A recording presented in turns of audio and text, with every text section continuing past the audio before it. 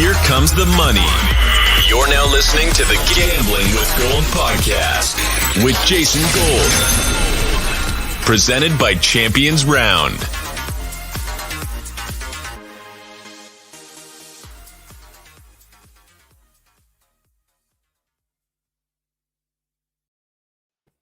Welcome back to the Gambling with Gold podcast. My name is Jason Gold. You are listening to episode 43, our week 17 betting preview. As always, I am joined by my buddy from the Action Network, Dan Titus. Dan, how are we doing this Wednesday? Doing great, man. Happy holidays to you and your fam, everybody that's watching, supporting Champions Round. Appreciate you. Plenty of gifts to go around. I know that the Champions Round always has tons of stuff to give away. So 'tis the season, and Happy New Year to everyone. I know we'll be talking again later in the week, but yeah, man, 2022 is almost here. Happy New Year's. Happy Christmas to everybody out there. Hope it was safe, healthy, and wonderful for everybody out there. We do have some giveaways, some holiday giveaways. As always, the Champions Round, I'll name a couple of those right now.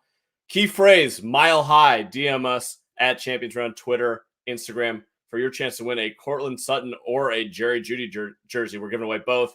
More information on that if you go to our YouTube shorts. We'll film a video on that later in the week. We also have 376 contests that are going on right now. You can enter for the Sunday early game, Sunday late slate, and we have a Monday Night Football one as well. There'll be a couple other ones during the week, so stay locked in for our TikTok and YouTube shorts for more information on all this we're doing this week and heading to the playoffs. And believe me, we have some elite giveaways for the playoffs. We've been saving some of our best items for the playoffs.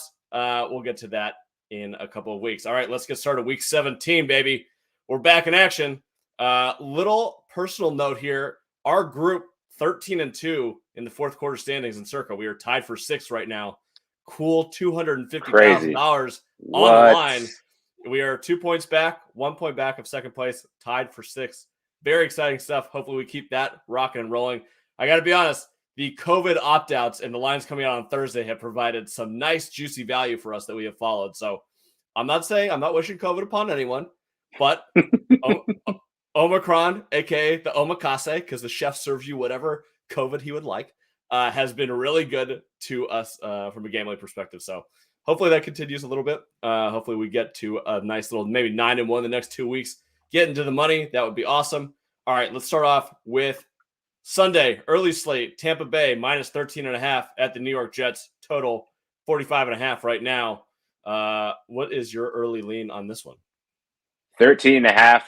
I mean, we're just going back to history here, and Tom Brady absolutely owns the New York Jets. So even with Mike Evans on the COVID list and Chris Godwin out for the season, I think we saw Antonio Brown come back just at the right time. Gronk is still there. He's still running routes on 80% of the snaps there. So Brady still has tons of weapons here, and I don't see there's any reason why the Tampa Bay Buccaneers, vying for that positional spot in the playoffs right now. Like, they're in a tight race with the LA Rams. So they're going to need this victory, and I think that they win this one pretty handily. We saw the Jets go through a ton of COVID issues last week. They still ended up coming out with a victory. Zach Wilson played pretty well, but at the same time, can't trust the Jets here against Tom Brady in any sort of fashion. I don't care what the spread is. 13.5, give it to me. I am leaning that way as well. Brady, I mean, what can you say? Especially against a rookie quarterback. We know what the defensive line of the Tampa Bay Buccaneers is going to do. They're going to be in Zach Wilson's face all game. I do not expect them to score very much. Kind of like the under here. We saw what this Tampa Bay team does to bad teams. I know that early in the season they were bad on the road. That has not showed up in recent weeks. I think they are in a prime position. Even if their offense doesn't play great in this game, you can give me 24-7, 27-7. I think that's a likely outcome in this game. So I think that under 45.5, probably my initial lean as favorite bet here. But Tampa Bay minus 13.5, probably in the mix somewhere here also. Yeah, it looks like the Sharps are trending your direction too, as this game opened up at 47. Now I see the game total sitting at 45.5. So yeah, I just don't know where the Jets points are going to come from. This is really going to be, Tampa Bay and how many points they can actually put up on the board here. All right, next game on the board, Giants +6, +6.5 at the Chicago Bears, total 37.5. Big Dick Nick got it done at the end against Seattle. Matt Nagy, where's this guy been all year? He's got to be better than Andy Dalton. I know that you want to start Justin Fields. That's great. You should be starting Justin Fields, but if he's not playing, should be Big Dick Nick and not the Red Rocket. So This game, the Giants just look like they've absolutely quit on the season. They have no They idea mailed what's it going in. on at quarterback. So maybe Chicago at 6.5, maybe it's a teaser piece. Get that down to a half. Kind of like that one. No read on the total here. I could see us going over such a low total, but as we saw in the Monday night game, these teams that quit, man, it is ugly on offense. So I'm not going to take a play on that one, but give me Chicago as a teaser piece minus a half. Yeah, I'm gonna tell you here because I don't really trust 6.5 for the Bears, and I definitely don't trust 6.5 for the New York Giants. I don't even know what to expect of the Giants. There's already been rumors of Gettleman getting fired. Joe Judge's job is apparently safe. I mean, it just sucks to be a Giants fan. Shouts to Steffi Smalls. She goes through it every week. God, this has got to be awful. So, like, yeah, there's just no trust you can put into this squad. And at this point, even with Big Dick Nick at the helm, I think Justin Fields is questionable. So there is a chance that he could get on the field. I'd rather see Nick Foles personally because you might see a little bit more activity to the receivers and Cole Kmet getting them all the skill positions more involved. But yeah, 6.5. I don't really trust the Bears here. I'll tease them down to a pick 'em and roll with that one. All right, next game on the board, Jacksonville plus 15.5 at New England, total of 42. This is a huge number, but we know what Bill Belichick does to rookie quarterbacks, and Trevor Lawrence has looked like crap. Now he lost James Robinson for the year. They still have some COVID issues going on down there. They lost to the Jets last week. New England needs a win in a big way in order to stay in the playoff hunt. A win should probably lock them up for a berth in the playoffs, probably as a 5 or 6 seed. So I don't know. I expect New England to come out here and mash. For my sake, I have New England defense in a fantasy championship matchup, so I'm hoping that they absolutely dominate. In a rare situation where I want to bet New England at minus 15.5, a huge number, and I also want to bet the under because I believe that Jacksonville's likelihood is they're not going to score more than 10 points in this game. So, yeah, give me New England like, I don't know, 24-7, something like that. Yeah, this is going to be interesting because Bill Belichick always has a history of scheming against the opposing team's best player. Do you even know who the best player is on the Jags at this point? Like, are we scheming against Laquan Treadwell? Is that where we're at?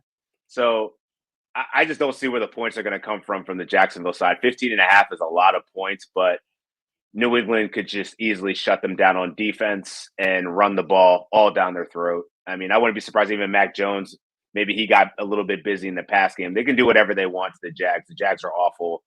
15.5 is a lot of points. I'll probably stay away from this one, but wouldn't be surprised if New England absolutely blew the brakes off this game.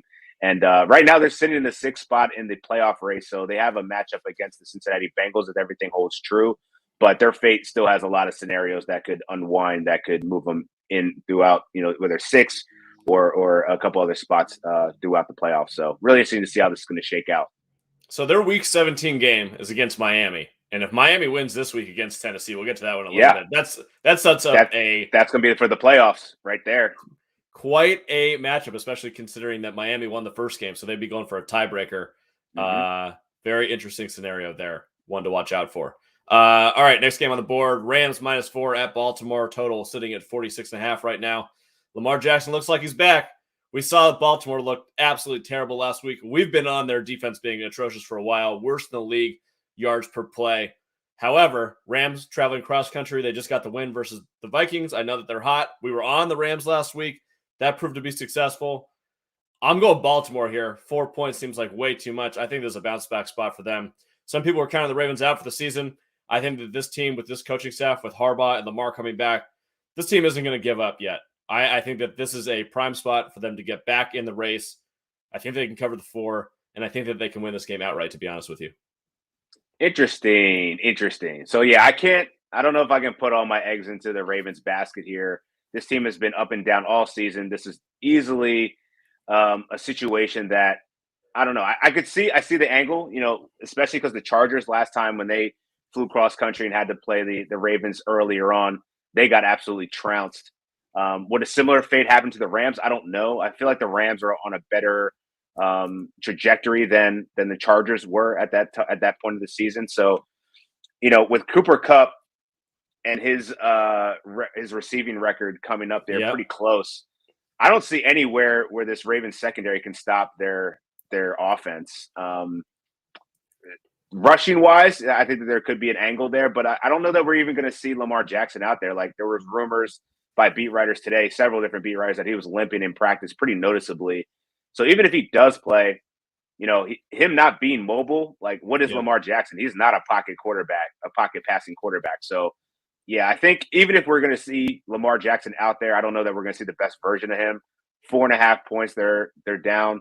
I'm gonna take the Rams on this side. I just think there's more trust that I have in their health, where they're going, and their prospects for the remainder of the season. And with that Cooper Kupp record looming, I think he's just gonna be force fed the rock. Like this dude's just gonna go off.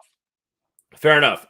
Worth noting, at least from my perspective, that the bet ticket right now is 17% of bets, 58% of the money is coming in on the Ravens. So Sharp's definitely liking the Ravens side, but I totally get it. I mean, you're betting on Baltimore looking more like Baltimore, and they haven't looked like Baltimore in a couple weeks. So a little dicey. It's been longer than a couple weeks. I mean, we can go back.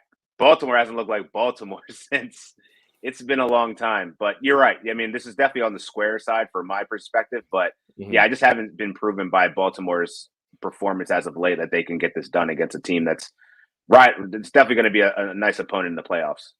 Fair enough. All right, let's go to the next one. Atlanta plus 14.5 at Buffalo, total at 44.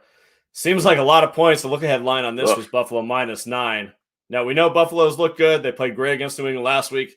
Atlanta barely squeaked one out against the Lions. Hate you, Dan Campbell, for kicking that field goal at the end. Really, really screwing me up. Why just go for the touchdown, dude? Fuck you, Dan Campbell. I get it, but I was mad. This seems like too many points. Buffalo is known to beat up on bad teams. Atlanta's still in the playoff race somehow. They just don't score any freaking points. Not at all.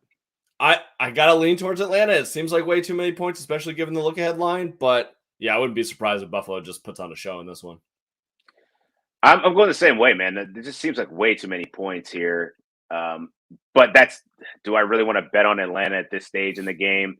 Not really. So I'm going to stay away from this one. I think that the look-ahead line certainly does prove some value there for the Atlanta side of things, and somehow they are still vying for a playoff spot. Makes no sense because they're not a good offensive team at all. But yeah, I'm gonna stay away from this one. Buffalo, they're still riding high, finally getting that victory over the Patriots. So I could see a letdown scenario for them for sure. Fair enough. All right, Kansas City -5 at Cincinnati, total 50. Best game on the board for Week 17. Easily. Chiefs rolling. We were on the Chiefs last week. They absolutely spotted it. Cincinnati came back. They also absolutely mashed the Ravens. 525 passing yards for Joe Burrow. All three of their receivers went off. Hopefully you had some of those guys in fantasy because they basically just won Week 16 for whoever had any of them. Yep. That being said, Bengals won 3 straight at home. You'd think that the sharp play would be on them. I think it's on this Kansas City team, man. I love what their defense is doing. I think that they'll be able to shut down. It's a perfect time to fade the Bengals here. Patrick Mahomes in December, he's a fucking nightmare to match up with. He is a monster. I do not want to get in front of that train, especially with Travis Kelce coming back. Tyreek Hill did nothing last week. He didn't have to. Looks like it might be a great situation for him, too. I got to roll with the Chiefs here. I'm rolling with the Chiefs too, man. It's 5 points. You get this within a touchdown. I think that's that's around the right number. In terms of just Cincinnati's play as of late, Joe Burrow went bonkers last week. I don't think he'll have that type of success against the Kansas City defense. Like Kansas City has been one of the best defenses over the last several weeks here, and they're only getting healthier, right? Like last week, they made pretty easy work out of it. They didn't have Travis Kelce on the field. We're going to get him back. Right now, they hold their cards. You know, they could, if they win out, they'll have the first seed and get that bye week in the AFC. So, to me, I think that they're going to continue to ride this wave out. Cincinnati, while their offense is prolific, their defense is not. And while they've been getting a lot of pressure up front, Pat Mahomes has been playing better as of late, and I think he's going to get his weapons back to get it done here. And it's going to be a great game, though. I like the over at 50 points right now. There's going to be a lot of points scored on the board here, but it's going to definitely lean towards the Kansas City Chiefs. Love it. All right, we got our first double lock of the week. All right, next game on the board, Miami plus 3.5 at Tennessee, total 40. Tennessee coming off of a Thursday night win against San Francisco. We like that play. They played well, or well enough to win. First half, they played terribly, but they got it back together. Miami, they just keep it rolling against terrible quarterbacks. It's not saying much, but 7 straight in the NFL is still 7 straight, especially after losing that many. Looked like they were dead in the water. Now they are very much alive for a playoff spot in the AFC. That being said, they haven't played a real team in seemingly 2 months. Tennessee is a real team, and they're going to come at you, and they're going to beat you up in the trenches. And I think this is a spot where Tennessee can absolutely get this done. So give me the 3.5. I bet this up to 4.5. I think this is a great spot for the Tennessee Titans. We just haven't really seen much of the Miami offense. Like Tua's been doing enough to get the job done, but this has really been off the strength of this defense. And the Titans are getting healthier, finally. Like we saw AJ Brown just absolutely go nuclear. He was a monster on Thursday night. And that's what Tannehill's been missing, right? He's been missing those dynamic playmakers. Maybe they'll get Derrick Henry back for the playoffs, but I think that this is definitely setting up for the Titans to make a nice little late season push here, get their wide receivers back, get Tannehill a little bit more flow of the offense. So by the time playoffs come, you can then lean on your guy again and then actually have a little bit more dynamic playmakers into this offense. And let's be honest, like neither of us believe in Tua. Nope. And I don't know what's going on there. He's looked better, good. He's looked better, but like what's going on in the running back room though? Like we got Philip Lindsay getting carries. We got, is it Duke Johnson? Not Duke Johnson. It is Duke Johnson, right? Johnson. Like, yeah. And Myles Gaskin, like, I don't even know what to expect for them on offense. Devontae Parker put up a nothing burger. I don't have much faith in their offense, and really, Tennessee has been balling on defensively. So I like them here. I think 3.5 is enough. If you want to get crazy, I think you could pick Miami in a teaser piece. I don't think they're going to be blowing them out by any means, but I do like Tennessee here. I don't hate Miami as a teaser piece, but I like the Tennessee minus 3.5 more, especially if you can get that 3, even if you have to buy it. I'm not a big fan of buying, but in this situation with such a low total, getting down to 3 may be pretty beneficial for you. All right, next game on the board, and this game was absolutely wild all over the place. If anyone was paying attention to the line yesterday. So right now, Raiders plus 6.5 at Indianapolis, total 44.5. But this line, so it was at 9.5. And then the news trickles out that Wentz is going to be placed on COVID. Lines start to move down to 6.5. Then the news actually gets released. It moves to 1.5. Then the NFL changes their policy based on CDC guidelines to move it from 10 days to 5 days you're out, which means so long as Wentz is asymptomatic, he's going to play in this game. Now, is he actually going to self-report if he has symptoms? Yeah, right. Bullshit. This dude is playing in this fucking game. So we have Indianapolis minus 6.5. With all of their players. Darius Leonard's going to be back also now. As an unvaccinated guy, he doesn't have to wait the 10 days anymore, just 5. He'll be back in the building. They get half of their offensive line back who was out with COVID. And this team is just an absolute monster right now. I think that we're getting 3 free points for losing no players here. I'm all over Indianapolis in this game, 6.5. Absolutely a teaser piece at -0.5. And because of what we know, we talked about this last week a little bit, but when a team plays Denver the week before, the week after, their offense goes bonkers. I'm not saying that this is going to happen with Vegas here, but I do think that they're inclined to score more points than you would think against this tough Colts defense. I think the over here, 44.5, is an absolute monster of a bet potentially. So give me Indianapolis minus 6.5.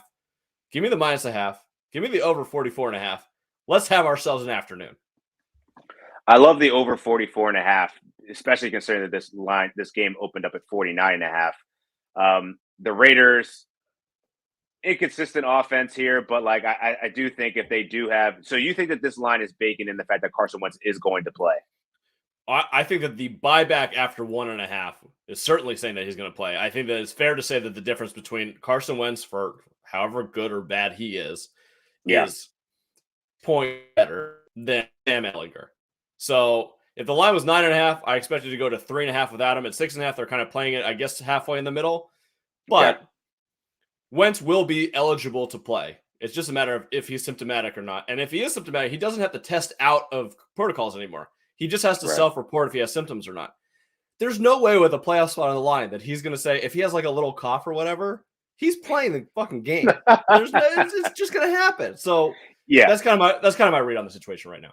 Yeah, so like I think the playoff implications certainly matter here because if they win, they're in. If they lose, they'll also need losses from Baltimore, New England, and I believe Miami. So you're holding your own cards here of like what's going to happen. So I tend to agree with you. Like if Wentz has the opportunity to play. He's going to clear protocols. He's going to play.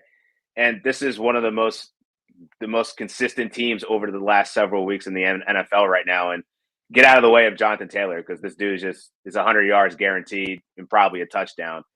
And Carson Wentz didn't. I mean, we saw Michael Pittman play a little bit better because Carson Wentz was actually able to get him the ball a little bit. So I think that the offense is actually coming into the rhythm right at the right time. And the Raiders, they've been going the wrong direction for a while now. They're still in the playoff hunt themselves. They are 8-7.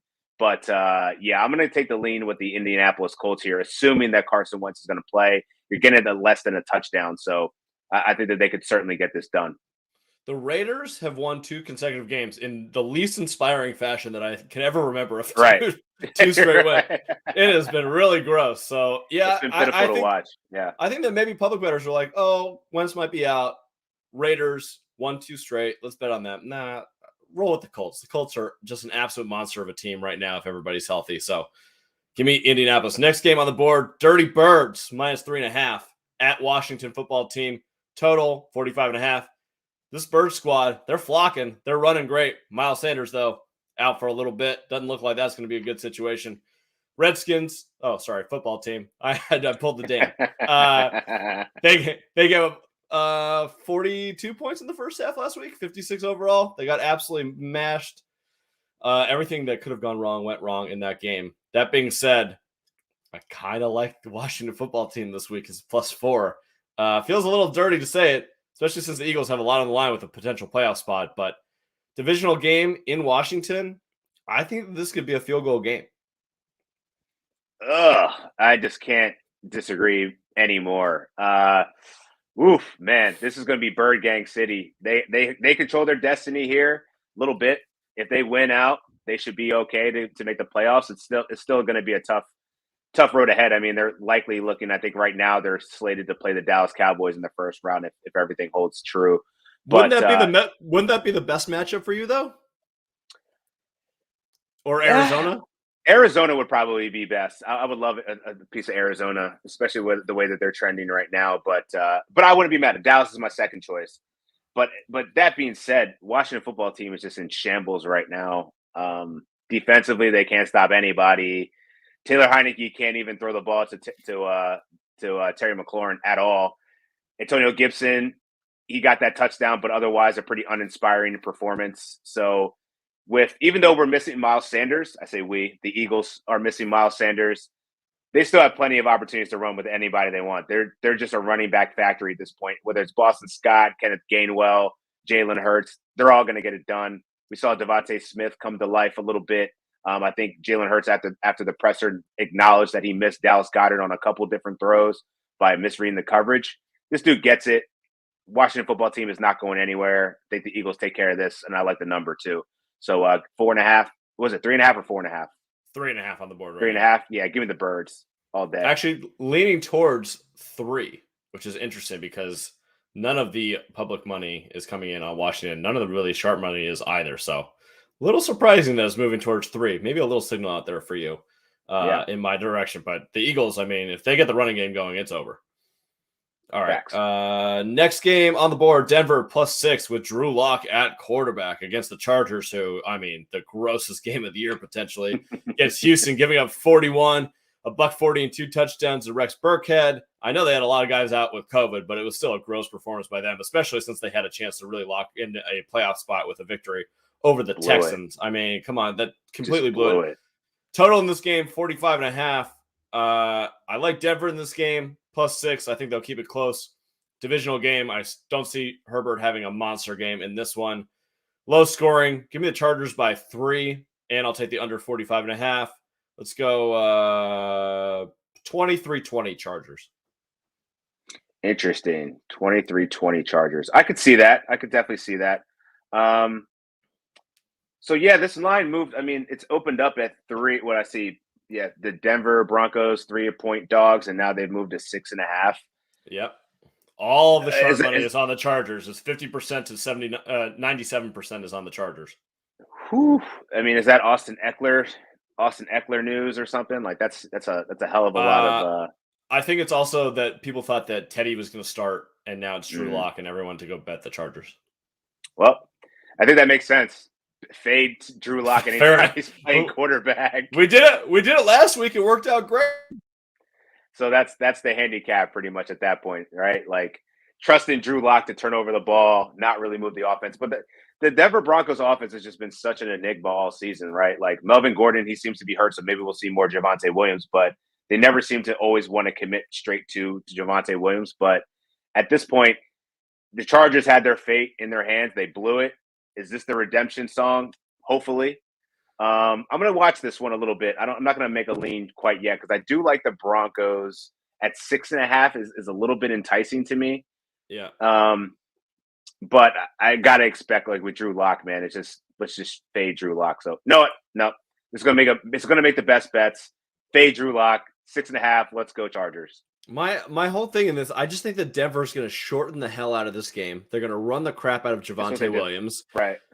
We saw what Rex Burkhead did last week to the Chargers defense. The Chargers have the 32nd ranked rushing defense in the NFL.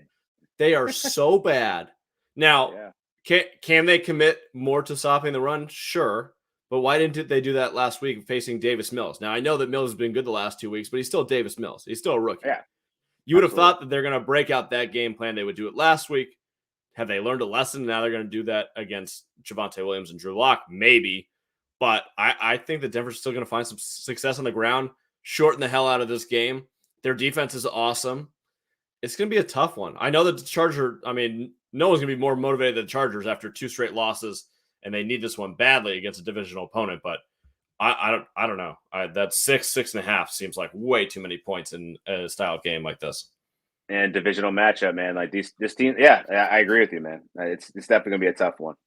All right, let's move on to some of the afternoon games. Houston plus 12.5 at San Francisco, total 44.5. I'm fading Houston after that game. I think this is all San Francisco all the way. I don't care if it's Trey Lance or Jimmy Garoppolo. I think that Lance might actually be interesting. If you need a quarterback and you're in the championship, Lance might be a league winner. We talked about this way long ago. But it was a while ago. This could be the Lance spot that everybody needed. Hopefully you got to the championship and you actually get to use him. I think that San Francisco could mash in the spot. So give me 12.5 at home. Yeah, the Texans actually look pretty good with Rex Burkhead. But, I think that was just more so of a product of the Chargers' inability to ever stop the run this season. It's just been a run funnel. Whereas the San Francisco 49ers are not going to be that.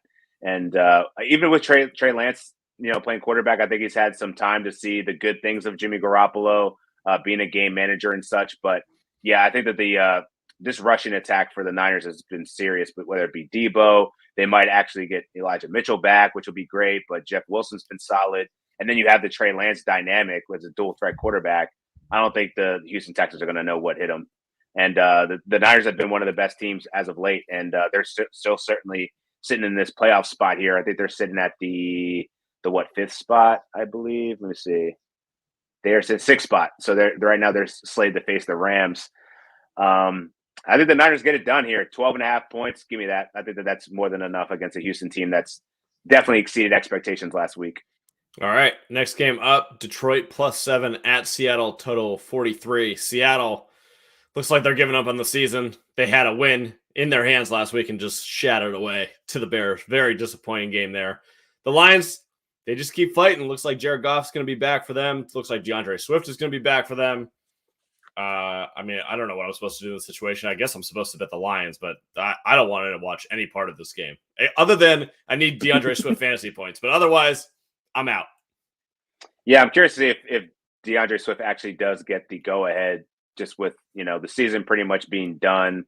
You're pretty much vying for whatever draft pick that you want right now. And I guess it's a good motivational thing to get him back. But at this point, Campbell said today that they're not going to shut down Swift for the season. They'll shut him down after the season. So it looks like he's going to give it a go this week. All right. Well, that's certainly helpful. And I think getting Jared Goff to replace Tim Boyle is always a good thing. So I don't like it, but I feel like I got to ride with the Detroit Lions in this. Yeah. Because I don't know. You said it best, man. The Seahawks, look like they mailed it in weeks ago. They just don't look like they're in a prominent position to win here. But like on a fantasy side, Rashad Penny, damn, he could be a league winner. Who thought we'd be saying that in 2021? Unbelievable. All right, next game up. This is probably the second best game of the day. Arizona +5 at Dallas, total 52 right now.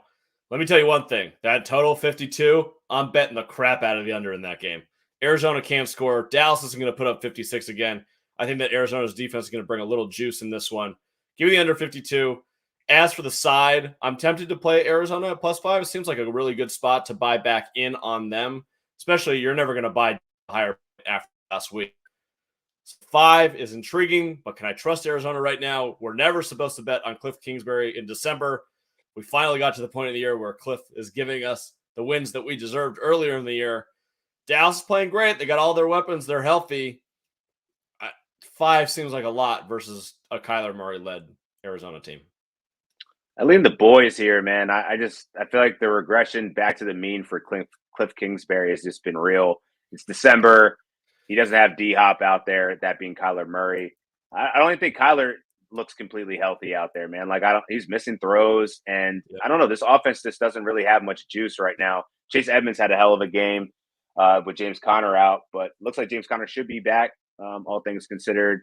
But Christian Kirk, I mean, what they got, like, all the receivers minus AJ Green is like 5'9" against this Dallas front that has just been menacing. Micah Parsons is probably going to have himself a day just running down, spying on Kyler. So I don't know. I feel like the Dallas front seven, I think, is definitely more important to this game than not. And, Dak had a hell of a game last week, but I think that was probably an anomaly based off what we've seen as of late. He hasn't really been hitting that well. So I do like the under in this game, but I'm going to take Dallas 5.5.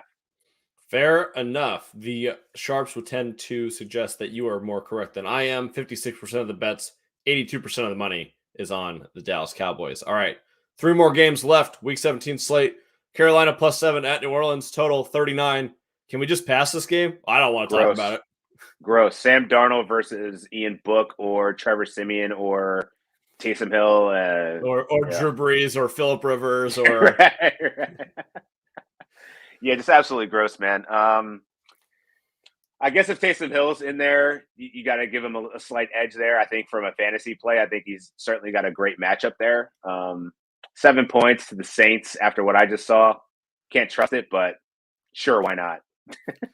I think New Orleans is a teaser piece. Bringing them from 7-1 is okay. I think that you can feel comfortable that they're going to get some guys back. They'll be healthier, and they'll be able to squeeze out a win against this Carolina team. I think Rule's going to get fired. I think he's out. I mean, after you compare the journey of his build to Jay-Z's building his billion-dollar empire, like, you're a clown, bro. That's a fireable offense. Fireable offense. That was unbelievable. That might be one of my favorite quotes of the year, especially for a guy that is about to get fired. So, all right, do you think? All right, so if Matt Rule actually listens to Jay-Z, like what? Yeah.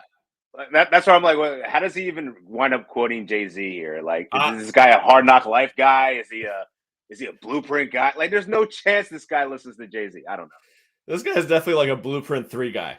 He came into it late. Like when he went from like Temple over to Baylor, he's like, oh, I have to learn what rap music is to talk to all these players down in Texas. What's the most recent Jay-Z album? Oh, Blueprint 3. Okay. They got the horns on the front. Great. He definitely doesn't know anything before then. Absolutely not. Kingdom Come and shit, or whatever the hell that shitty album was called. Oh my God. Great times. All right. Sunday Night Football, Minnesota +6.5 at Green Bay, total 47.5. Seems like a great spot to take Minnesota, if I'm being honest with you. Justin Jefferson looked like he lit a fire under everyone's ass with his post-game press conference comments. Yeah. Green Bay, they win this game. They got the number 1 seed in the NFC. I like Green Bay as a teaser piece a lot. I think that they'll win this game in Lambeau. 6.5 divisional opponent, Sunday Night Football. I think that Minnesota has a chance, especially if this line gets to like 7 or 7.5. I'm definitely going to be on Minnesota in this one. Man, how the tides have turned. I was shitting on Mike Zimmer so much, weeks ago, and now here we sit. I actually think they have a chance to cover this number.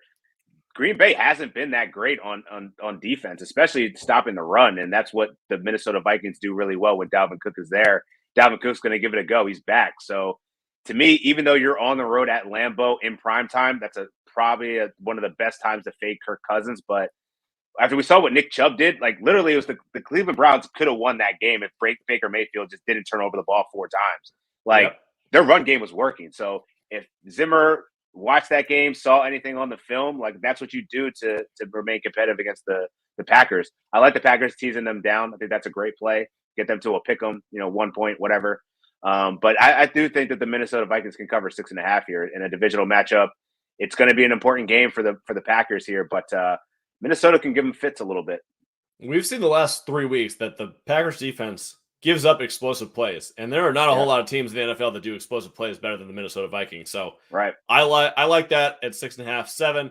I will also say this: we know this about primetime Kirk Cousins. The interception prop is a lock. He is most definitely throwing an interception against the Green Bay Packers in this game. For sure, and actually, his touchdown to interception ratio has actually been pretty good this season. It's so great. You're gonna get it at a half. Let's do it. Fire it up. Probably get plus money on it. Actually, yeah, I was gonna say you might get a half, like plus 120. Absolutely, I'm betting the sign it up. That. All right, Monday Night Football. Maybe Big Ben's last game ever at Heinz Field. Cleveland -3 at Pittsburgh. Total 41 in this game. Feels like a Steelers Mike Tomlin rah-rah spot to me. I think this time Big Ben going out on top in Pittsburgh. I think that they get it done. I think that they get the win outright. So give me Pittsburgh +3. This line gets to about 3.5. This might end up being one of my biggest bets of the week. Agreed. I'm on the Steelers here at home. This is merely, I think Baker Mayfield may be entering Drew Lock territory at this point. Ooh, he sucks. That's a hot take. I love that hot take. He sucks. I'm going to fade him. He doesn't make good business decisions. And right now, the Steelers, I mean, if TJ Watt gives it a go, like their front seven should be at least enough to maintain Nick Chubb. I don't know if they're going to stop him, but they can maintain him. And if it comes to be Baker versus the Steelers secondary, give me the Steelers all day. And they're underdogs. We know Tomlin in the underdog spot. Could be the farewell tour for Ben Roethlisberger, thankfully. He looks like a statue out there. It's awful watching him play football at this stage in his career, but he's at home. One send-off with the home fans. Give me the Steelers. All right. 2 things on saying that Baker's a bad businessman. 1, have you seen the Progressive commercials? The only person that made a bad deal there was Progressive. State Farm has Aaron Rodgers and Patrick Mahomes. Progressive signed up Baker fucking Mayfield. What a horrible business decision for them. Horrible. And 2, Andrew Berry, the GM of the Browns, has the easiest decision of all time on the contract situation. Do not extend Baker Mayfield. Don't do it. Fact. Don't do it. All right. That's my spiel for the Browns. That's all I got. I totally agree with you, man. Like Baker's proven. It's funny the way that Odell Beckham, like low-key, could have been right, man. All this thing was kind of trending in that direction. This guy sucks. Yeah, he's hurt, but who isn't hurt in the NFL? It's week 17. Like everybody's playing hurt. You got to make better decisions, and he just clearly is not capable of that. I will say that Baker's a tough SOB. He'll keep fighting through anything, but he still stinks. He sucks. All right. That does it for episode 43 of Gambling with Gold. We will be back on Friday, New Year's Eve day, with all of our best bets for week 17. Until then, key phrase, mile high for the Sutton and Judy jersey. 376 contests open right now on the Champions Round app. Go sign up for those for your chance to win some epic prizes.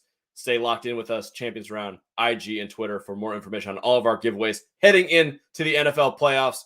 We got a lot more coming down the pipeline, so stay tuned. Danny, until Friday, good luck on your bets, and yes, sir. We'll talk to you then. See you.